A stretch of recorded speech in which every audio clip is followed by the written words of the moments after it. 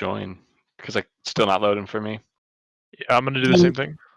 The stream, you mean? Or the, I can't see the stream. Here, I can't see the yeah. Let me stop sharing. The council will like to see me. All right, hold on.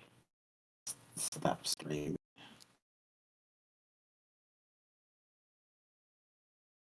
All right, how about now?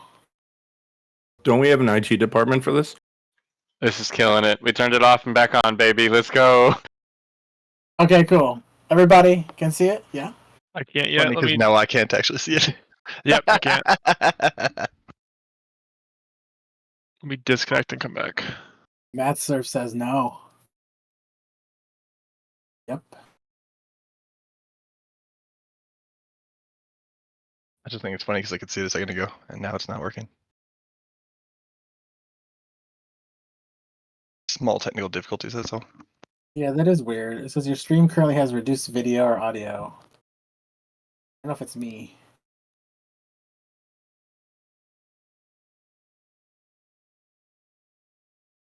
Okay, everyone says that then.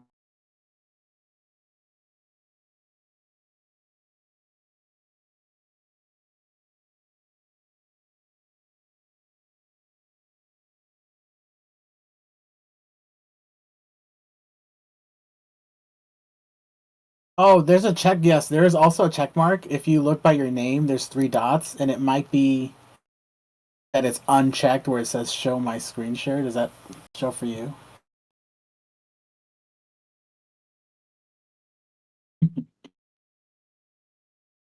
Mad Surfer is so good.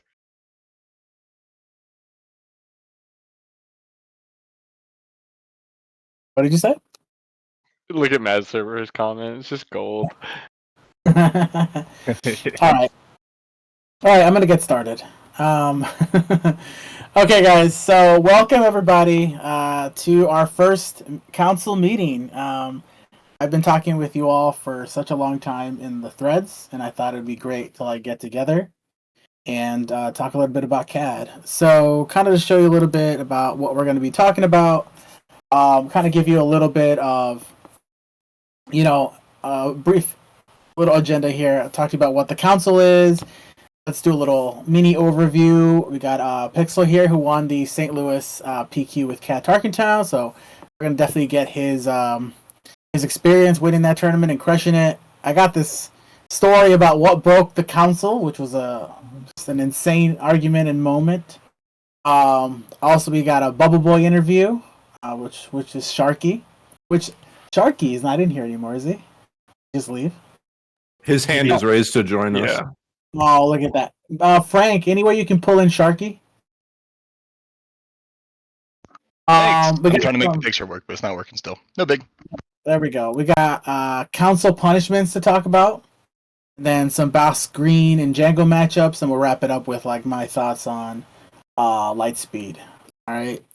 Okay, so what is the council? So it's first started off as just me. It started off as a joke in their threads. I kept saying the council will see you anytime someone would make this ridiculous comments or maybe say oh, I'm not gonna play CAD this weekend. I'm gonna go switch to a new deck.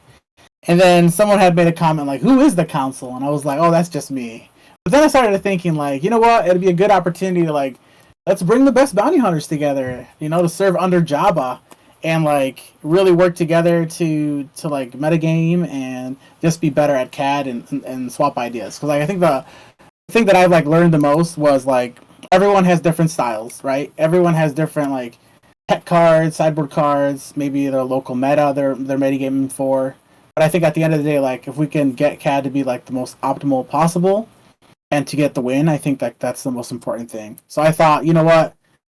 Let's get each other in the room and share some ideas. Council leaders, so just people who are really have contributed since the start. I got me, Yodakiller. We got Sharky. He's from the Bamboozle crew. All right. We got Eric. He's from the Southern Mercenary crew. Lightworks from Midwest Crime Syndicate, and then we got Brand from the IG 2000 gang. All right. These guys have 100% helped so much to help me to get better, and I hope that I've done the same and for each other talking about CAD. So yeah, let's talk a little bit about why I play Cad Bane. I think the biggest things that I've seen that makes Cad so great is like having an underworld synergy. Like basically, you're basically playing almost all underworld except for like Ruthless Raider. But just helps with Cad Bane's ping ability. So you have all those cards that synergize well together. It has a great board control with Tarkentown, and of course a great curve. So like going to kill maybe someone's turn 1 play, followed by killing their turn 2 play with McClunky, and then followed by another 2-drop, and then Forlom and Zuckus into the Cad flip turn is just super explosive. And then you have like great disruption and flexibility with like one of the best cards in the deck, which is Jabba the Hutt. I talk about flexibility because during our time here, we talked about like how can we adjust to the metagame, and like one of the biggest cards that was kind of like how to solve like the Django problem or solve the mirror was Cunning. Was just another way to like try to gain actions and try to close the gap, even though sometimes it's just too difficult against Django. But that was like one of the first techs, and then of course kind of moved into the approach of cutting out there are 2 of them and be a little bit more aggressive. Like learn from Sharky about hey, we can utilize cards like Surprise Strike to just get, instead of like being too controlly, kind of like switch the gear and really start like getting your opponent's base down to 0. I also thought too, like with now there are 2 of them, you're losing a lot of card advantage with Tarkentown decks there. So it's good. You're gonna, if they're able to like Tarkentown your unit, then you kind of lost a lot of tempo there. And then there's a lot of bounce with Han Solo being so prevalent in the meta. Now there are 2 of them just for them to waylay. It's kind of a big blow. And then the last but not least here was the latest tech, which was, I know that Sharky will talk about it, but Jetpack has been absolutely insane. It allows for like great trades. I think the biggest thing for me is the surprising factor, because not a lot of people are playing that at all, and they don't expect it either. And I think like what it does too is like it buys you a little bit of time to be able to put a Jetpack on a Zuckus or a Jetpack on a Cad and protect it from Django just being able to just play a small little unit and tap it.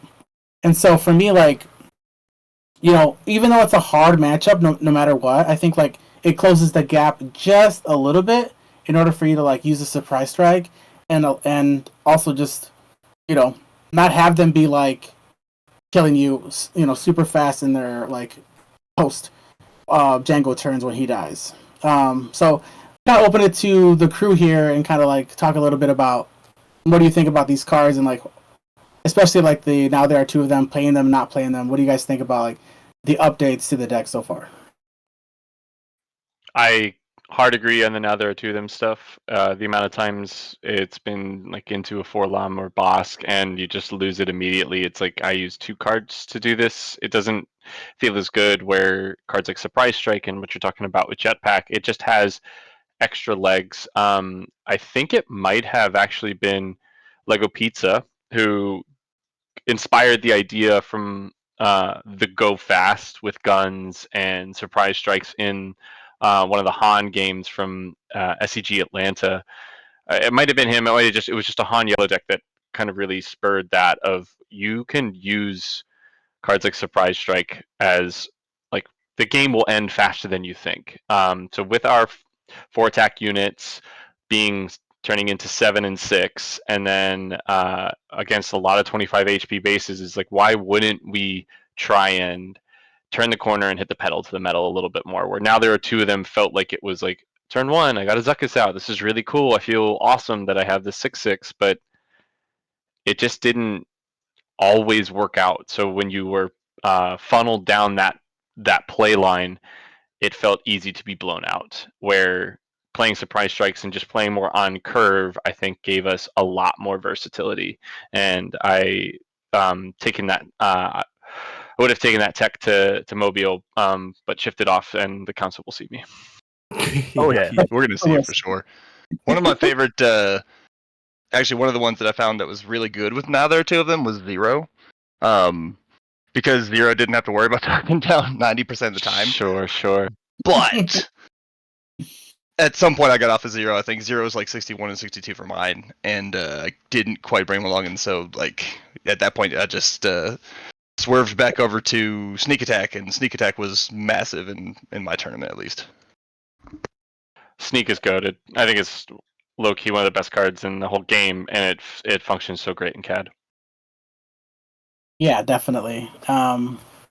Matthew, what have you kind of looked at? So the point I wanted to bring attention to is how often one of us is like, "What about this card?" And we're all like, maybe. And then like in the next couple days, we'll try it. And so far so good. We've gotten two big hits, and that was dropping. Now there are two.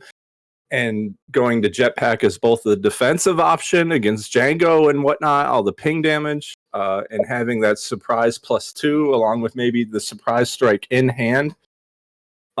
So both options have been great for me. Wouldn't go backwards on either of them, but I do just wanted to chime in and say that like ideas are best bounced off other players. Like all of these options here, I wouldn't have tried if it wasn't for Carlos or Eric or Sharky, Bran, any of the guys coming up with ideas together. So yeah, both these cards are great, and I just wanted to chime in there and say like bouncing ideas off your other players is endless potential. Oh, 100%. I think we even went to the that situation where it was like, oh, we got Lady Proxima over Jabba, and I'm like, no, this what ludicrous statements is that? But it took some time, and finally we had somebody realize, all right, you're right, Jabba is a great card. It truly is. Great call on that. It is. So I got Pixel here, who took down the St. Louis PQ. Is it pronounced Pixel? You let me know, Michael. Yep, it is. You got it right. All right, but like I'm seeing here that you did a 51 card special, and I'm like trying to realize were we in Europe, what was going on here. But first off, though, like tell us about yourself. Tell us a little bit about like where you play at, where you're located at, how long you've been playing TCGs. The floor is yours. Yeah, my name is Michael. I've been playing TCG since I was a young kid. I'm only 20 now, so I'm still pretty young. I'm in college. I've started with Yu-Gi-Oh! When I was in grade school, played a ton of Magic in high school. I've played Lorcana and Flesh and Blood within the last 3 years. Not too much of either of those. Really, a lot of my time is in Magic. I played formats like Pioneer, Modern, a ton of Commander. Just always loved card games, and as soon as I heard Star Wars was coming out, I started playing and brainstorming ideas. I was playing on Force Table before the game was even released. Just jamming games. That's awesome. And you had this PQ. Was this like your first PQ, or did you play any other PQs at all? This is my first PQ. I couldn't get any last season. I didn't sign up soon enough. But this is the first one I did this season. I still have 2 more coming up, but this was the very first one I went to, and this is like the biggest event that I've participated in. I participated in the SCG Columbus towards the beginning of set 3, and I actually played Cad Tarkentown in there and didn't do as hot there, but got it. I'm still showing that like the stream's not showing, but I can see it. Let me try see what's going on. I mean, that is something that I wanted to just touch base on, is that if you do think a meta isn't going to be great for CAD, which is, there are decks that we kind of want to avoid to have good runs, and I'm curious, Pixel, how was that run? Did you face like a handful of Jangos, or did you kind of skate by them, or did you feel like a lot of the matchups were leaning in your favor, or maybe even 50-50, and you were just able to skill it out? I definitely got really lucky on my matchups, and I think this is one of the decks where you have to, like you guys have been saying. I think the Django matchup is, at least for me in my experience, has been pretty awful, and I genuinely can't get over that hump. And if I sit down against a Django, I feel pretty much hopeless. On the day, I only played 1 Django, and that was the last round of Swiss, and I was pretty much in top 8 already because I was 5-1, and my first loss was in the 6th round, so I was pretty much in already at that point, and I wasn't too worried about it. But there were 2 Djangos in the top 8, and I was praying I didn't see either of them. Great stuff, man. Yeah, I think there's just some levels of what Django does that it does counteract what we're doing, because even if we control their units, they're guaranteeing so much damage that even when we do decide to turn the corner, sometimes it's just too late. It doesn't feel awful if they don't have a lurking tie, but the second I see a lurking tie and I don't have a merc gunship or anything to kill it immediately, it's just it feels bad. It feels really bad. Yeah, I mulligan for a cartel spacer every single time I play him.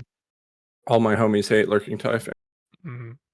Yeah, I got a question in here in the chat. It says, how important is CAD unit in this list? I didn't pull any. Pixley, want to answer that? I think it's one of, if not the best edition. I think it's the best edition from set 3, and I think it's one of the best cards in the deck, if not the best card in the deck. It's your top end. You're finishing out games. Sometimes you have to have that late unit, and that is your late unit here.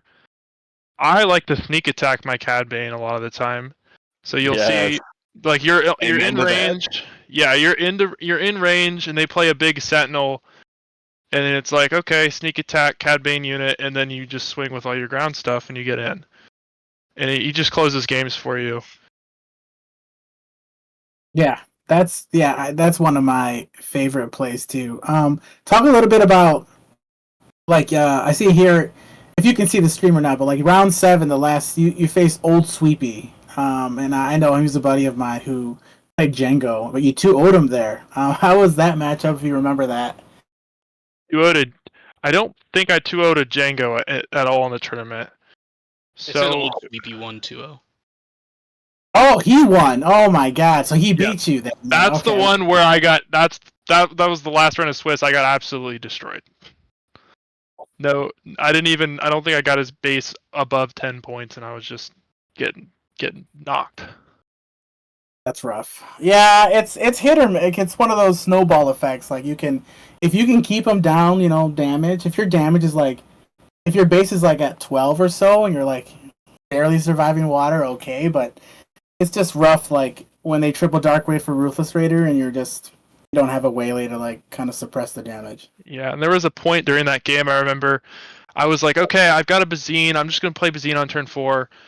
Hopefully to steal that waylay or steal the TDR, and that'll really slow him down. I play the Bazine, and he's holding 2 TDRs, and it's like it's not happening. And after that I'm like, yeah, we'll play it out, but I think you have it. Yeah, for sure. Like while you were doing your tournament and playing, because like you were crushing it. Like your round 1, you dropped basically like one game in the first 5 rounds. You're doing really well. Was there like a moment where you kind of thought to yourself, I think I'm gonna win this thing? Like I started out the day like you said, 5-0. After the 4th round, we had a little lunch break, and I really wasn't thinking too much about my record at that point. But then as soon as we went on lunch, I started thinking to myself, like, hey, like if I win one more game, I'm pretty much in the top 8. That was like my goal going into the weekend. I knew there were a lot of Djangos there, and I wasn't really confident in my ability to beat a Django. So my goal was to reach top 8 for the day. And after we went on break after round 4, and I was 4-0, I was like, okay, this is pretty doable to get top 8. I would be upset with myself if I didn't at that point. Definitely. Was there any like clutch moments that turned the tide in your favor in some games, or you're just like, I'm on it right now. I'm on fire. There were a couple of like nut draws that I had. There was one time where I played against like the Sabine matchup I had, and he pretty much had lethal on me, and I had the sneak attack Cad Bane take the Wrecker and take his other 3 drop, and then or his other 3 health unit, and then just I have a board he doesn't, and I can pretty much win there. It's just so cool. Sick. And how did you feel when you won? I think what did you play in the finals? Was it Bossk Blue or? Yeah, I played Bossk Blue, and I lost to the same guy in 6th round of Swiss 2-0. I got absolutely destroyed by him, and I wasn't super confident going into the finals. But after I won the first game of the finals, I was like, man, I started really getting nervous at that point, because I was like, okay, I really need to lock in here. And he just had a really bad draw. He had no super laser blast at all, and it worked out in my favor. Everything, cards Yeah. were going my way. Played pretty There was tight, had a also good game. yeah, there was also an Asajj, right? You faced in the semifinals. Yeah, the top 4 it was Asajj Tarkentown. I think I spoke to the guy. This was his first TCG, but he had a really sweet deck, and it was just crushing everybody. It beat one of the Jangos, which I was thankful. And he had a great day. The tournament was doing stuff like most unique deck. They were giving out prizes for that, and he won that prize. And he was just having a great day. He was there for fun, and he's great guy, great opponent. And I got lucky on that one too. I was pretty much dead one round, and he TDR and whiffed, and I would have been dead if he hit even any ship that had 3 attack. Yeah. All right. Sometimes the luck is on your side. For sure. Well, appreciate that. Appreciate that your recap, man. And I'm gonna talk about what almost broke the council. Like, we would not be here today because Sharky would never let go about Bamboozle. All right, he's always like, I'm gonna play Bamboozle and I'm never gonna play No Good to Me Dead. And it was just an argument that is never ending. Sharky, defend yourself. Why Bamboozle? Okay. Well, first of all, I did do a bunch of No Good to Me Dead testing, but I found that Bamboozle itself was I got back onto it. So the first Colorado PQ was back in October, and I was coming back. I'm like, I really don't like these confiscates in here. And I was messing around, and Jeff Creasy had been playing Sabine Yellow sometime not too long before that. And I remember him running Bamboozle. I'm like, that is a trick. So I start looking at it, and at the time, Darksaber was everywhere. Like, one of my best teammates is a really good Sabine player and was just beating the crap out of me with this thing. And so I decided to throw it in, and kind of the rest is history. I really haven't gone off of it since then. I've taken it out a few times. I take it out in a few matchups, but playlines like on R5 being able to play Bosk, kill a thing, and then Bamboozle another thing to death is actually kind of fun. It originally came out because I wanted to do that to Boba when he flipped, but that's not a problem anymore, so it's actually gotten better. And I tend to find that, at least the way my brain works, No Good to Me Dead is just kind of punting a problem to the next turn, whereas if I'm playing Bamboozle, I usually have an answer or I need something just to get me over the last hump anyway, and so being able to play it for no resources is actually my preferred method to take the tempo back. And if you have Boss Scout, it's great. You do 2 extra damage. If not, like, it does all kinds of things to open up play lines. Most of the local Han players know about this, but like, if Han wants to flip, I can tap out and still bait him into flipping, and just so he can't DJ me or something like that, right? Sabine has to choose then between putting a blade back on and playing Poe next turn, and that assumes she survives.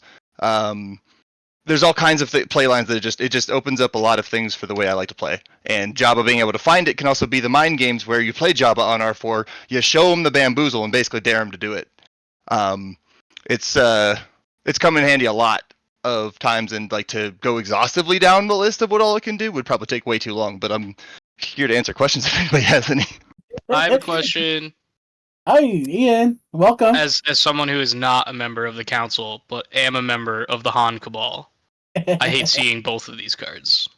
And my question is, why doesn't every CAD just run 3 of whichever one? Like, I feel like most lists I see of CAD, and this is kind of like adjacent to Bamboozle, but like, Sharky, when you were running Bamboozle, were you running just 2 of them, or was it 3? Because I always see 2 I always see CADs running 2 No Good to Me Dead, and I think that's ludicrous. I've been running 2 Bamboozle partially because it covers similar ground to some of the other stuff. And as much as I like Bamboozle, I don't really usually need a third one. And when I do, I've usually lost anyway. That's fair. I just feel like for specifically the Han matchup, the one card I never want to see is some sort of exhaust effect. Yeah. And specifically, like, No Good to Me Dead, because it's for multiple turns. But Bamboozle being free is also, like, terrible for Han. So I was just wondering, like, if the council has somehow decided that 2 is the perfect number and how they came up with that number. Because I feel like at least have the third one in the sideboard.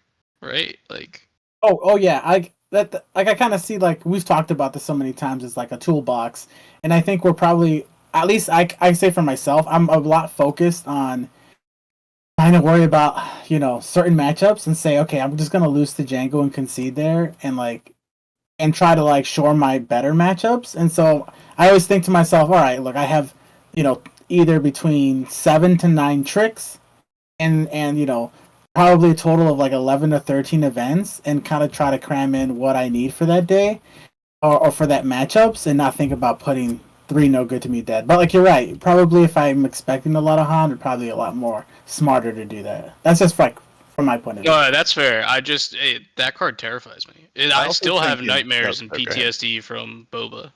I think in general, Cad matches up pretty well into Han, and so that's another reason I didn't want to fully sell out into that as well. Just a consideration from my end. Yeah, Yeah, it's that's like fair. it's super Bazine and No Good to Me Dead dependent into Han. Like if we can time a good Bazine and stuff like that, which it hasn't actually. I don't think it's really come up too much as we've been chatting through this. But Bazine is a card you want to see all the time, no matter the deck. Like I feel like that isn't talked about enough of the linchpin of the deck. Like if you have Bazine, McClunky Bazine, like that game feels won right then and there as your first 2 turns. I want to hear what everyone else thinks about that, because I think that is something talked about, which leading into the No Good to Me Dead stuff is like that helps us be less reliant on cards like Bamboozle or No Good to Me Dead, is that we're ripping the stuff that we don't want to see out of the hand. No, I agree. She's like, I'll start on Bazine. Is just, for me, I know what they have. I can write down what they have and prepare for my future turns. The only thing where it gets really complicated is like if Sabine, pings first, and then I'll say, okay, I'll play this game. I'll pass. They'll play A Wing. I'll play Bazine, and then I see a hand of Darksaber, Poe, and Wrecker. That's where I'm like, all right, what do I take? Knowing that if I don't take the Wrecker, that's probably going to be the card that gets me in 3 or 4 turns later. It's that's where it's like super complicated. Yeah, I tend to find it a bit more matchup dependent, but I'm not usually unhappy to see Bazine even against Sabine or aggro decks, though I will admit that she's lower on the totem pole for those kind of things for me. Bazine and McClunky is one story, but like just Bazine, I'm like, I'd rather have a Crafty or something like that out against those guys. But one of the games I was playing, actually the game I won against some of the control decks, I got Bazine first and found my buddy had resupply, and Snoke in his hand, and so I just pulled the Snoke. Like, I don't care if you ramp 3 times into nothing, but like that kind of stuff, being able to just mess with their game plan, I really think Bazine is fantastic for that. Until you Bazine a crate into a crate and lose because of it, but that's a whole different rant I'll go on later. That happened to me in Swiss in the tournament. Exact same thing. Yeah, I have a slide for like the boss screen matchup where we'll talk about Crate Dragon and how like difficult that is once he's on the board if you don't have Wele. Yeah, let's bring Sharky. Sharky, I call you Bubble Boy because you got 9th place. Tell us 96 about people at this one, man, and number 9 is now my least favorite number. It's fucking great. Oh man, it was a crazy run, a crazy tournament, and I was legitimately 1 hit point from making from beating my teammate in the last round. I also just looked at the melee and realized that I was only 1% out of the top 8. Man, We shouldn't have brought it back up. no, right? Like that's frustrating. Oh man, I have pretty good notes on all of the matchups. Do we want to start with anything specific, or you want me just to run through them real quick? I got your deck list up. I know you Sweet. probably can't see the screen, but I have your I can deck see it list now. up. Okay, you can see it now. I want to know about your list because we see like Working Tie there. We have, I'm not going to talk about that trick, that Bamboozle trick over there. But your sideboards, I see an unrefusable offer, which means that am I going to have to get my champion, Store Showdown out of my binders and put him in? Tell us about that. Yeah, let's talk about that. That was a fairly late addition to the list, and part of it came around because you guys were talking about. I see everyone talking about they love Change of Heart, they love the tempo swing, and I was taking a quick break after one of the showdowns around here, or one case, I can't remember what it was, and I played Yellow Palp for about a week, and it kind of made me hate playing Change of Heart in any other deck because I have to give the unit back. And so I started thinking about it. I'm like, hang on a minute. Most of the time I was using it to grab the big things. So like Avenger, right? On Resource 9 against Bosk Blue, they're going to play Avenger a lot of times. But on that same turn, I can play Unrefusable Offer and Cad Bane unit, take their Avenger and smack them with it. And then it dies. And that kind of opened up a whole bunch of other thought processes like, well, if they ramp and then do it, I can sneak attack Cad Bane to do it the next turn. And and you can smack him for 15 damage. Cad Bane being able to capture units and Unrefusable Offer being able to basically bring them over to your side combines in a way that is a massive tempo swing if you can pull it off. Now, it's not quite as... it requires a lot more finesse than Change of Heart does, but I found it worked better, and I had to force the testing a little bit. But there were multiple times in testing against Han, just for example, one of the good Han players around here, where I was able to get Cad Bane out. I was able to attack with Cad Bane, and he took the unit back because it was like Enfys or Han or something that he needed to do the last like 5 bits of damage to my base. So I drew 2 cards, and then I played Unrefusable Offer and Relentless Pursuit on Han again, and captured the unit and smacked him with it. It also opens up things like it's fun as hell. So like on Resource 4, if you have Punishing One out there, you can smack their space unit and then ready Punishing One again, and then have their unit come to your side. There's all kinds of uses. I haven't even extended it, I don't think, as far as it can go. But even during the tournament, I've stolen Snokes. I stole a Crate Dragon once. Had to sacrifice Cad to do it, but I got a Crate Dragon out of it. And all of that is backed up by the bonus of not having to give it back. Yeah, So I was actually a really big fan of Unrefusable Offer after a little bit. It seems weird at first, and it's one of those like, there's no way this can be good. And then it turned out it was good enough that I went from planning to only run 1 on the side to upping it to 2. I see the question about it. What matchups do you put that in?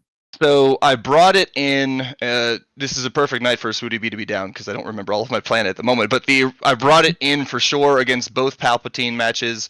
I had planned if I had seen a Django to bring it in for that one, but the board plan for that one's a little janky. I brought it in against one of the Han Yellows, but not both, and I brought it in against Kira.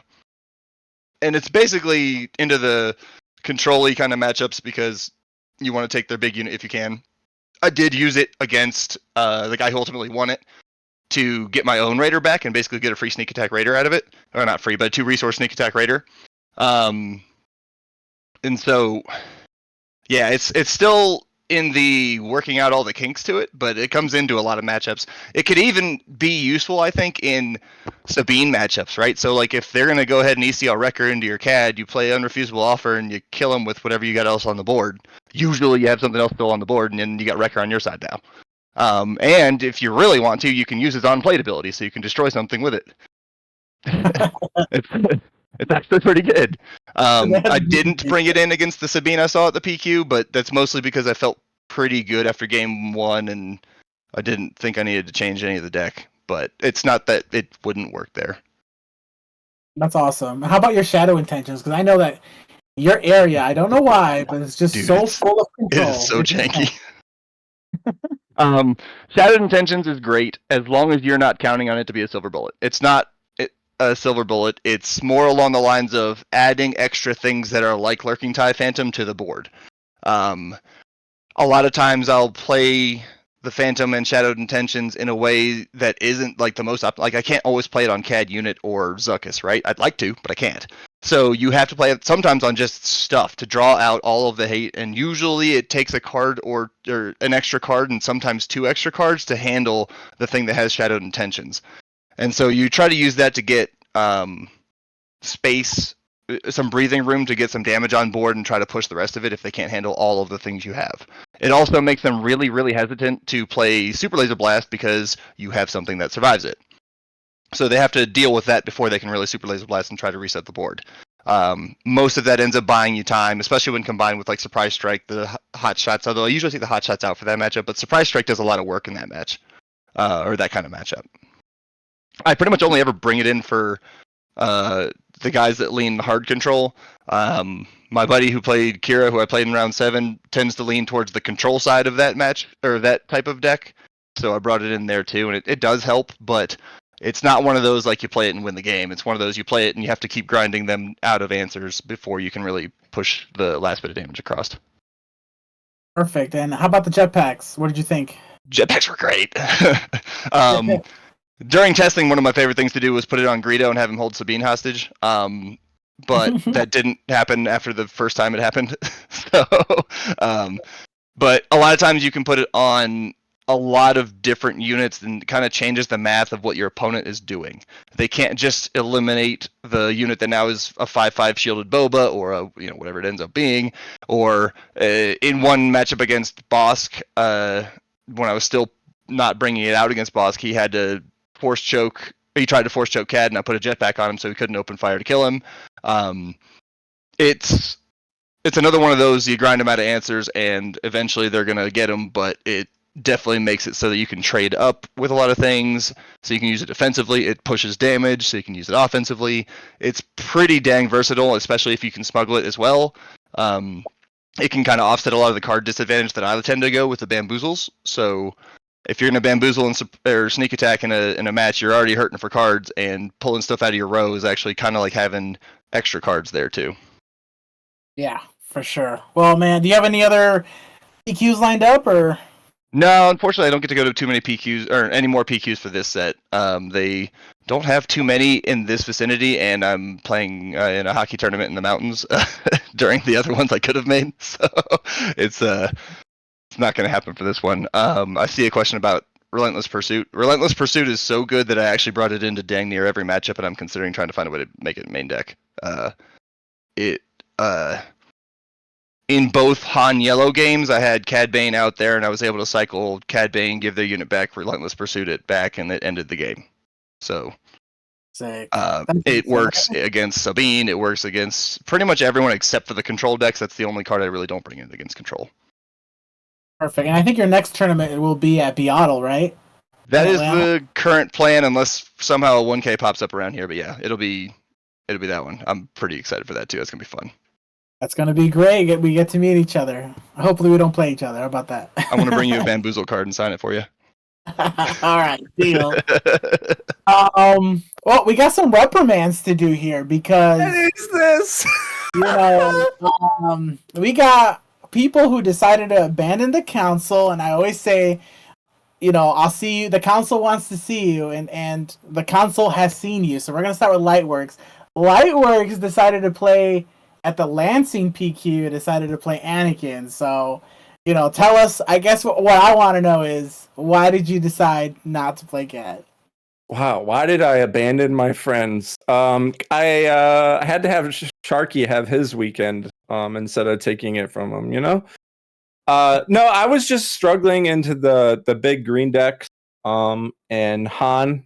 Like good Han players. I think a lot of people think we have a good Han matchup, but Han's also the deck that has endless amount of tools, and the tools were taking me for a ride. So we took a weekend off and we did okay, but we'll be back. Eric, we don't have to take this, by the way. I can't see the photo, so I want to see no! it. It's pretty funny.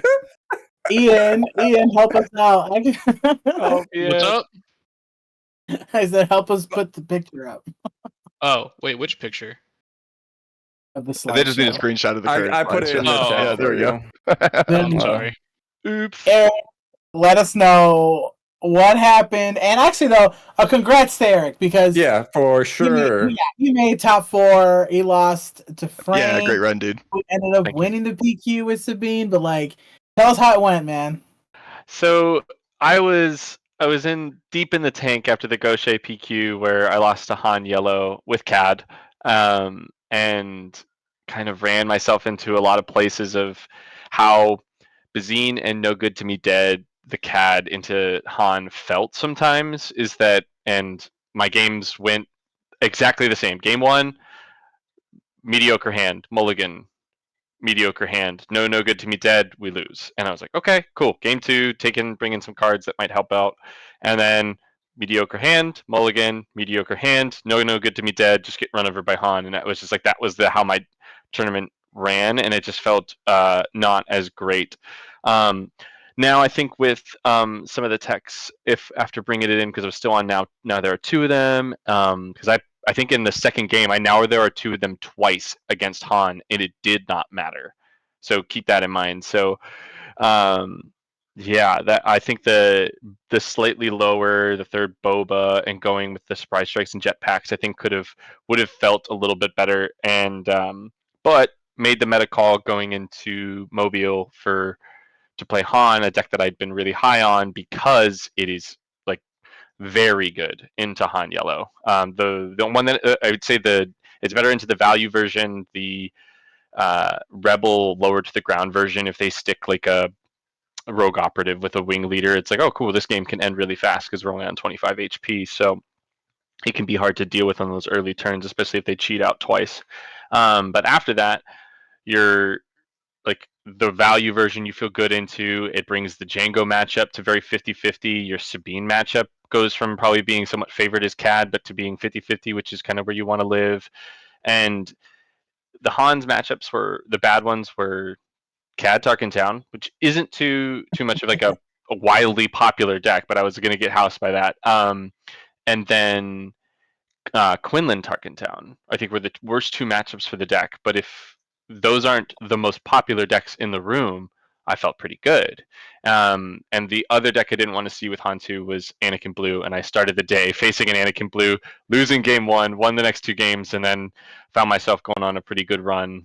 Good into the rampy decks, good into you feel good into basically everything except those three that I mentioned. So Han ended up being a great call, being able to go wide, being able to push, leverage ECL Wrecker, ECL Poe, and then my tech of Heavy was proved to be very, very good. And a Delphi Patrol Wing and Heavy are two of the best cards that don't have the best homes right now, and I think Han 2 ECL is the best home for both of those cards. So pretty nuts. And yeah, great run. Lost to Frank. Big ups to him. It was really, really fun getting to meet him and Moo and Courtney and Schutz. Yeah, Schutz. Schutz was great.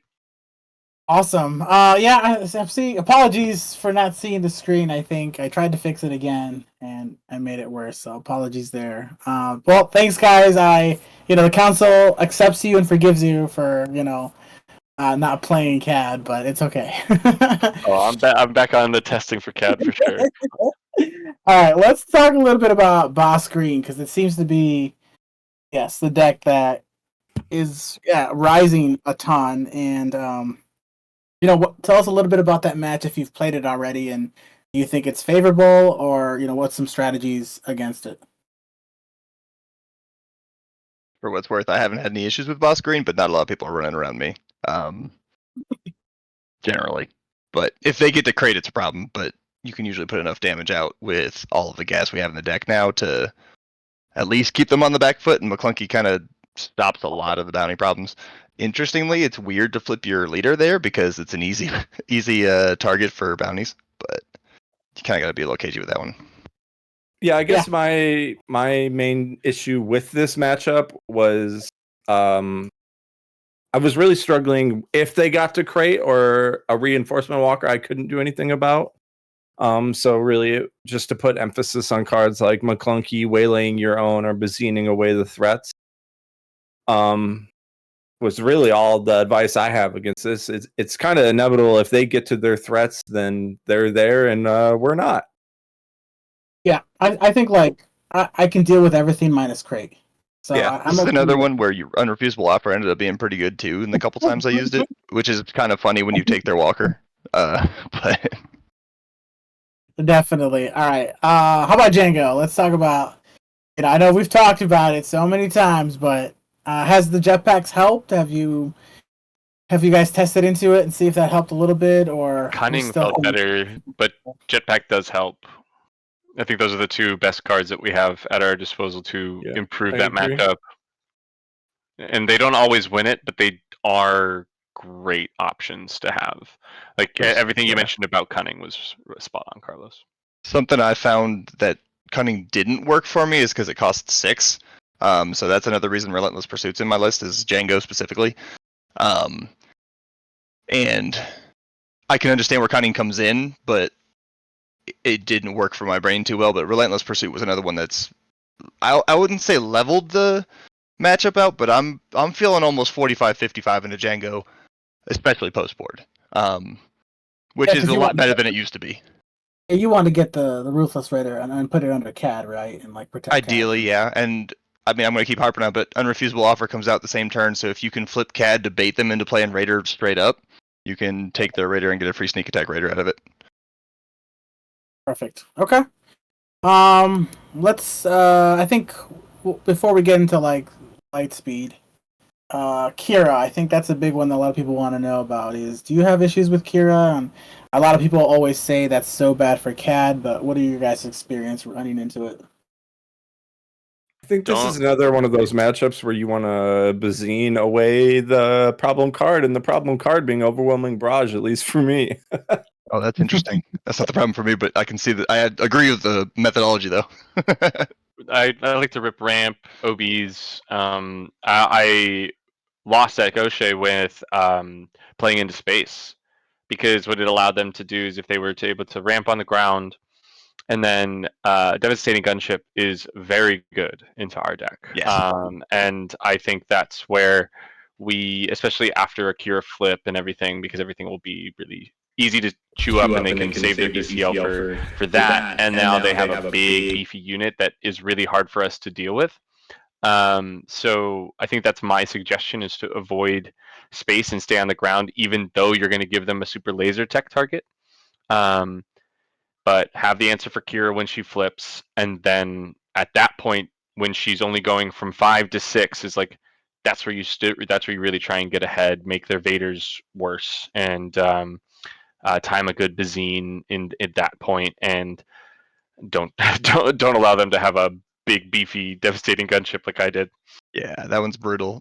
Something to consider is that every unit we run on the ground can surprise strike Kira dead. So even if she flips and you're like, yes, it costs you 2 resources to kill her. I've killed her with Bazine. I've killed her with everything up to Forlom, and it's really not that hard to deal with Kira herself. It's just the rest of the package that can be a real tough one. But use surprise strike liberally, sneak attack Raiders liberally, smack them as hard as you can, as fast as you can, and that's all. That's what works for me. I mean, my team has 2 really good Kira players, so I feel like it's at best 50-50, but it's not as bad as the Django matchup, I don't think. Yeah, agreed. All right, perfect. All right, Lightspeed, guys. I don't know if you've seen the spoilers, but there's a lot. There's a lot of stuff. Bring the sauce, baby. So here's the thing. All right, let's just take. This is kind of like my thought process of what I see with Lightspeed, but we got to take everything with like a grain of salt, because it doesn't matter. Like, we're not even like, until we see the full, set, until we see what the metagame is. This is just us talking and seeing. But here's kind of like what I kind of see, and I'm kind of thinking about moving away from the trick package. It's not set in stone, but this is like a thought that I have: is how good is Jabba still going to be? Are we going to get more tricks besides Commandeer? And if we're going to move into like more of a pilot package instead of a trip package, it's kind of like my initial impressions. I just want to hear your thoughts. Is that too crazy, or what do you think about that? Low-key, I like the idea, because I think some of the units that we get to play, we're actually going to be like playing aggression cards. It's kind of weird. So I kind of like that shift for us, because Jabba works right now to be able to find cards that like waylays that become really, really important. But I think that the pilot package allows us to, depending on what ships we end up liking to put these pilots in, gets us to a really unique place of being able to slow the game down to our tempo, and or like turn the curve fast and go really, really aggressive, where we recognize we Bazine their hand, they have no answer for space, cool, pilot something in space and go to beats. And like that, to me feels like a really cool place to be with Cad right now. And moving off of the tricks, I think definitely it seems decent, even though waylay into these pilot decks, these Voltron decks, man, we might want some access to finding those, but maybe it's just play a 3 of in the main and save it for the right time. I petitioned the council to rename Turning the Corner to Jumping to Lightspeed. Approve. One more thing to think about with this one, though, is I don't know that Jabba's going to go away completely because Carlos's favorite card is actually getting better next set. Okay, hold on. Not this already. I'm not Yeah, gonna no. argue too hard with it because I haven't done any testing. I'm just saying I think it's gonna be good next set. I don't know if you want to wholeheartedly completely move off of Jabba, but I do think reducing the trick package is probably in line with where we're gonna end up. Yes. So I have a slide. My next slide is this is where you come into play. Is Sharky was right all along. Cards will increase in popularity. All right. So I've seen, because I've been playing a lot, and I go, hey, I'm on the Relentless Pursuit, plan, because I think it's super good into these new pilot decks. They put all this stuff, they're Voltroning, and if they're not a leader yet, boom, you can get it with Relentless Pursuit, especially since we're getting like a lot more bounty hunters, which we'll talk about shortly. And of course, there's some card, this trick called Bamboozle. I don't know. No one really plays it, but hey, this is going to be really much more relevant now this next set because of the upgrades that are there. All right, Sharky, hold your comments. And I do have aggression. I think aggression's going to be busted, and even though it costs 6, think about it. Like, you have the ability to defeat some pilots and upgrades. You can even defeat a leader upgrade. You can deal 4 damage as well to a unit, and then you also can ready if you wanted to ready like your Cad leader. Your Cad leader, or ready your punishing one for like the or Mist Hunter, like to draw a card if you haven't already. So legit kind lost at Mobile one game to a person playing Keep Fighting in Django. Blew me out. Awesome. It was spicy, and I was like, that's crazy good to that. So I see those ready effects kind of being pretty busted. Like Koigran maneuver or turn or whatever it is, like being able to shut those things down like for free with a Bamboozle as they like bravado or do something as long as you don't claim, like that can be pretty nuts for us as a way to stay in it. So I do like Bamboozle going forward, especially with all the upgrades to be a really huge tempo play. Definitely. Now the biggest thing that I'm seeing, don't call me crazy, but this next part, I think, is something to really, really consider, and I think this is the biggest game changer of them all, and that is playing Fet's Fire Spray. We have gone to Relentless Pursuit. I mean, with Ruthless Raider because it's like bonkers good, but now we're getting another Boba, and another Boba that can protect itself, and I'll talk about him in a second. But we have now 6 copies in a deck. And right before Fet's Fire Spray can come in, he has a shield. And so, that's just a more opportunity of saying, well, how much more powerful could it be if you could have Fet's Fire Spray on the Cad flip turn, on its deploy turn, and coming in ready. And now you're like kind of switching things to be like, I'm more aggressive this time. Is New Boba 5? Yes. So I love that, and he's shielded, right? So yeah, he's a shielded 5/4, which you go Boba, could be good there. Cad flip, Fet's Fire Spray. That's pretty gas. Disgusting, actually. That's kind of nuts. Like that's a board, man. So and like that's like, I would love to test that more, but I love obviously that it's kind of Christmas land, but that's awesome. Could be yeah. If you can get it to work, sure. But I even think well, Mist Hunter's also going to draw us cards.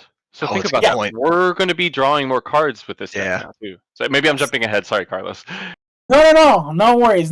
But I love where we're going. But I think and we also have the McClunky tool. So if we get to the situation where you go, Fet's Fire Spray, hit you for 5, McClunky, take it back. Here's the 10 that I have to deal. There's going to be a lot of versatility, I think, to think about how you're going to play the game. Totally. So, Sneak attack with Fire Spray also still seems good. You know what I mean? It's not your best option, but if you have it, there's a lot of play with that, and I think there's a lot of cool things. And I wasn't even thinking about boba in that regard of Yeah. the new boba in that way, because we do play a lot of transports, which allows for him to ping, which I think is great. So not too bad.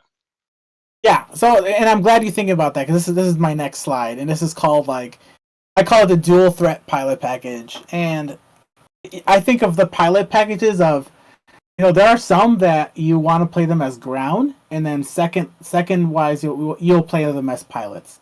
And then there are some units that I've seen that you want to do pilots first, and I don't really want to play it to the ground unless I have to. So the first one that I see that is Boba, and I see him as being mainly ground, because he's a 5/4 shielded, and now having Hotshot Blaster, you can now take care of Django. You can take care of Quinlan on the flip. I mean, Anakin. or going to base, right? Yeah. So, and I also has the versatility now of you're gonna have to start thinking about your turns, and it's cute, but it's what we do as Cad is I'm gonna swing your base for 5, do 5 damage to you. Then I got McClunky. I'm gonna put it back into my hand, deal damage, and then you could also then now pilot it. So now there's more versatility of ground units and putting them back in your hand, and then also putting some more damage, putting them on a space unit and swinging. I think there's going to be a lot. That's a cool idea. Think about this. You have the punishing one on the board. You McClunky a boba, kill something with an upgrade. Ready the punishing one. Attach the boba. Let's go, baby. That's hot, dude. That's awesome. Yeah. So I think it's going to be super super important. I think this unit's just going to be busted. I think he's my favorite that I've seen so far, and it's really relevant. And that's why I started talking about the 5-drop is very clogged. I was talking to Eric earlier today, and I go, I know you love a certain card, but I think when we start talking about 5-drops, there's a lot of options. So there's going to be a lot of different builds that you can do. Here, I'll have to go to the next slide, and I'm talking about Dengar. I think Dengar is absolutely insane because he turns your units into basically mini Ruthless Raiders. If you think about it, I like him because of his stats. You turn Punishing 1 and Miss Hunters into 4/6. And we know that in this game, 4/6 is a very, very difficult stat line for many decks to deal with. Yes, it can still be bounced with Cunning, but it can't be taken down. It can't be Fellow the Dragon. 6 health is a very good stat line. And so, it's a mini Ruthless Raider because at least you are dealing 3 indirect damage, and so at least it's gonna hit somewhere. I look at this as being pilot first instead of a ground unit first. So this is pilot first, ground unit second. So that's kind of how I see that, and I think it has a lot of applications. Thoughts? Love it. Yeah, that looks awesome. You're cooking. I'm trying, and then of course we got Miss Hunter, we got Punishing 1. I don't think these need a lot of talking because I know that these 2 cards are going to be just super relevant based off card draw. I'll go to the next one, and here's where it comes into play. But I've been playing with this Starhopper, and I don't know, man. I think I'm moving away from the mercenary gunships now because of pilot. I don't want to put any unit. I don't want to put any pilot on a unit that can be stolen. But I'm liking this Starhopper as another 2/3, and I think Cartel Spacer's MVP now. He's going to be super relevant to hold. Yeah. I think in the next set, but even having a 2/3 is going to be just bonkers to put pilots and just have major defensive stats. Are you running Cartel and Starhopper? Sorry to interrupt. Oh yeah, because I mean Cartel's one of the best cards. Awesome. Mm-hmm. I'm just making sure we weren't switching from one to the other because I'm Cartel's awesome. No. It's just another first turn play, and of course Miss Hunter. We play pilots, we play bounties. This guy giving us card draw is just unbelievable. I would love for them to take all their actions to deal with a Miss Hunter so we don't draw cards, so then we just drop Boba or other really good units on the future turns. I love that of what that card can represent, because I think there are parts of CAD where it's okay, cool, we need to get to the later turns, but this like insulates our later turns, where if we draw, say, 2 cards off of this, it's absolutely insane. It puts us so far ahead of where we don't need that trick package or anything like that. And to then pivot to talk about Starhopper, in my testing against it, it's like decks like Cad will leave this indirect damage at a lot of points of there's not good places to put the damage. You feel bad about it. You're like, this kind of sucks. And I do love what that offers, because even if it's pushing their damage to the base, that's where leaning into the being able to turn the corner and jump to Lightspeed to close out a game is so clutch. Oh yeah, and if they ever like play it against Control and they go, yeah, we'll Super Laser Blast you. Hey, that's 2 to the face. That's also a little Ruthless Raider action going Mm-hmm. to his other half of it with indirect. Perfect. All right. Now don't hate me now, but these are cards that I see as like hit or miss. I think IG 2000 is great. I think it's I look at it more as a Django card, but I do like it that it's a transport. I think it could be a sideboard card. Right now I play like a one of in the main deck, but like I see it as a sideboard card to come in against like X-Wings or like TIE Fighter token decks, maybe even come in against like Phasma and try to pick off, some of their X1 units. I don't know how I feel about that card right now, but I don't see it as like I'm gonna put 3 copies in my deck. I see it as a Django card, and I see it as like potential because it's a transport, and because I can kind of clean up some stuff. I agree, Django card for sure. And then I haven't been impressed with the Fet's Fire Spray, because that's like you wanting to have like, in order to get his like real big bonus, you're gonna have to have Boba and these 2 back to back. I don't see that. The reason why I have more faith in playing 6 cost Fet's Fire Spray is because like that's down the line and I can set that up with 3 cost Boba, 5 cost Boba, but like I mean it's still a 4/4, don't get me wrong. I just don't know how much we're really going to utilize that. And if the other ships are better, or playing 2 pilots or like a surprise strike and then a pilot in the same turn to use our resources. And then IG88, I don't know. Like again, we're talking about he's probably better as a pilot than a ground unit. Even though yes, it's 7/5. Is it better than Zuckus? And is it better than Boba? Or is it better than Bosk? I don't know. Soon to tell, but like I don't know how much I'm going to play the 7/5 without protection. What do you think? Yeah, IG was the card that I figured was it will lead to these really good aggressive strategies that Cad could potentially play, where I could see a world where we're trying to win the game by 6 resources, where maybe we even like, and this is just off the top of my head, so please, counsel, have pity, that dropping the Cad leaders and going even lower with Cad and playing and using this, but then I start to lean in. It's like, well, are we just supposed to be Django at that point? Are we supposed to be another leader at that point? And I don't know if that's the case. So that's where IG leads to me, because he demands kind of an insane answer, because blaster this dude, give him a jetpack. This dude is an absolute menace if stuff stays damaged. But I do see a world where whatever damaged units they have, they just run into our stuff and have it die, and then this dude shrinks really fast. So I could see situations where when IG is good, his ceiling is incredibly high, but his floor will feel pretty lackluster at times. But is it so bad if they run their unit to dead though? I mean, no, it's not. You're right. So, yeah, exactly. Like if they're just trying to not take 7 and just take 4 instead, that's probably and they lose their unit. I think I'm okay with that, but yeah, that's my thoughts on IG as well. Though he does immediately come out activated if there's a unit on board just by nature of Cad Ping. But sick. Which is the other one for Fire Spray does something similar, right? It says when played, deal 1 indirect, and even if we don't control Bubba, we're kind of doing 2 with Cad Bane's ping as well. All right, 100%. So, yeah, it's just something to think about. But yeah, I don't know, that 4 and 5 slot are going to be crowded, and I have no idea how we're going to fit the. I don't either. And that's why and this is exactly what I was talking about Jabba, which is like, yeah.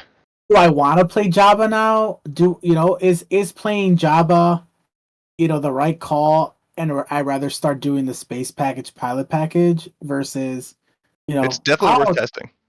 it's worth testing, Is 100%. Bosk unit ambush the one from set 1? Is that even worth playing? That's Because gonna of be the the first versatility that of these comes from pilots. for me. Yeah, I've already started looking, and Bosk I think comes out. Yeah, I like the 4-cost one because just even on the ground, like just to be able to like exhaust something and ping it, that's 5 damage. It's pretty good. Very strong. Very, very There's strong. and with a We hot know we shot, want to hit 5 damage for sure. That's We want to hit 7. those numbers. That's 7 with a hot shot. Yeah. All right. Okay. Let's talk about t-shirts, baby. At the end of it all, and I'm gonna stop sharing. I'm gonna have Sharky share. Yeah. Let's see if I can figure out how to do this now. We've been talking a lot about t-shirts and kind of having something. So I think he had talked about some ideas. Oh, it started as a meme, and we're gonna need someone who actually knows how to graphically design stuff. But here's the first wag at it. So this one was the meme shirt, and I have another option for us too. But this is kind of what I was thinking for that one. And if someone actually knows how to do graphic design, please take this over. Matt Surfer just said my wife is a graphic designer. Yeah. He and I were working on this a little bit. So this is the original meme where I came up with it and threw it on a shirt using, I think it was Eric was describing, just Cad sitting around looking mean at everybody and then throwing the capsule on the back. And then I Make the Rules Now is a good one. Matt Surfer had a great idea for that one. I like that quote for this particular shirt because it's the council. If we want to go a little more like realistically Cad Bane kind of a picture, I threw that there as well. I kind of lean towards the meme black one, but I'm open to ideas, and if anybody has some cool things, please toss ideas out because I am by no means a graphic designer. So,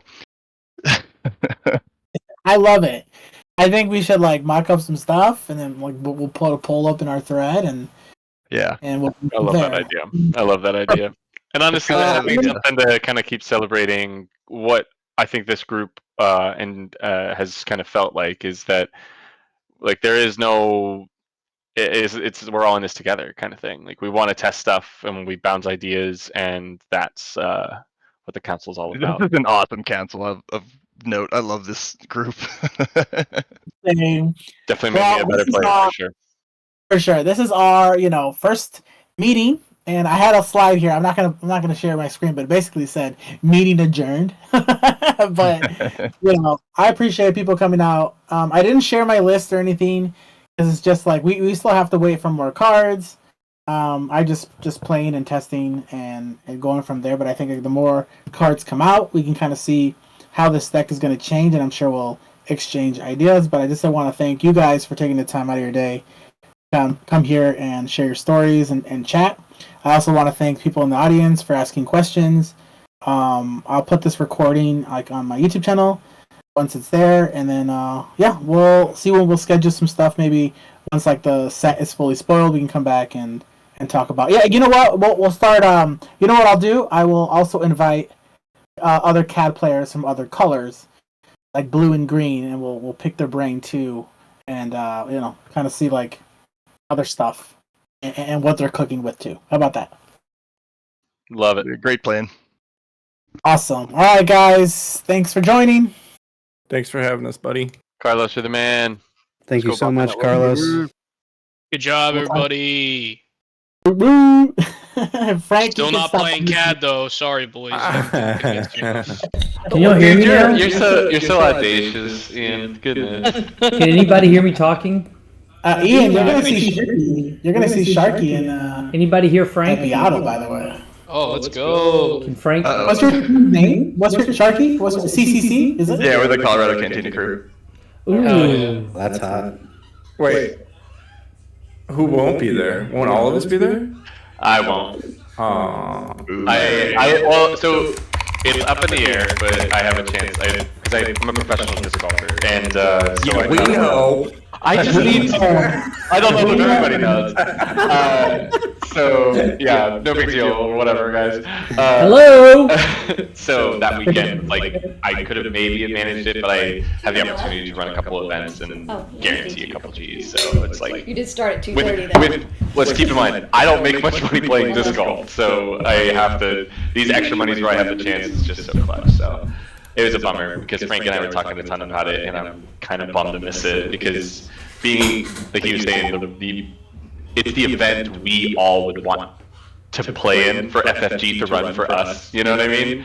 And I think that that's just so sick that, and I just can't wait to follow along all weekend and just be crying in the corner. Hey, can you hear me? And tomorrow, check out the Blonde Sabine YouTube channel. Frank, you want to talk about what's happening tomorrow on the agenda? If you're there? Can y'all hear me talking? My mic isn't working. Maybe he stepped away, but it's the bracket. No. I think maybe. Yeah, it's gonna be The so bracket is crazy. later in the week, isn't it? Thursday. It's Thursday. Yeah. I think today's Wednesday, but Thursday, yes, Thursday will be the 3 versus 3 It's just bracket in here. reveal, and I hope you guys saw the play. I think they're mat. taking off tomorrow because they did the stream today. Testing. No, Oh yeah, that's the not mat it. looks awesome. Oh, That's it's hype as incredible. hell. So yeah, we'll see who faces who, and we'll go from there. All You're right, bringing thanks, guys. Cad. I'm gonna make sure that my other teammates are seated across from you.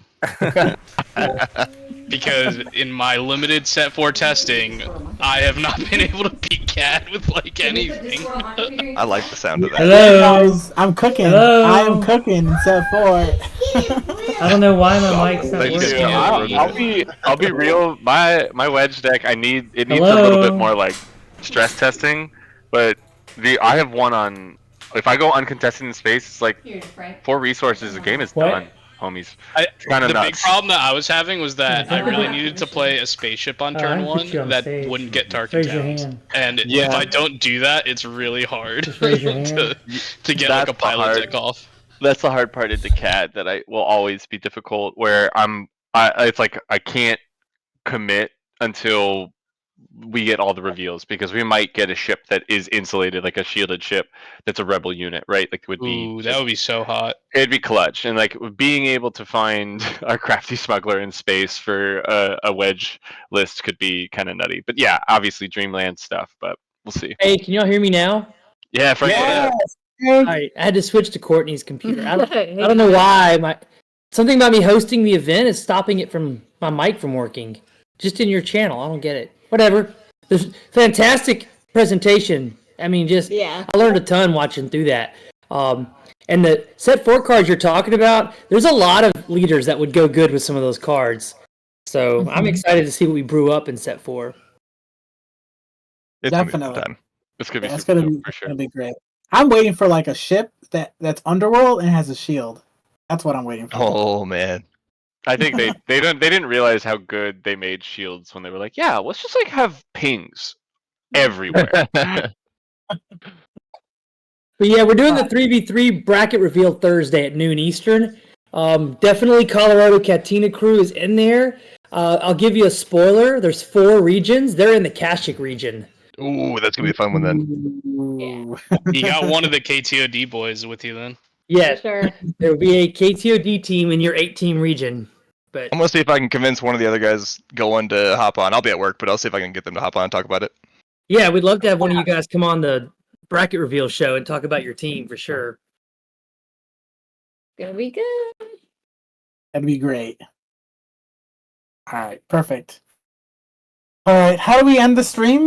Just click Well, disconnect. Have an awesome night, everybody. It's great Yeah, chat. good night. Yeah, have a good one.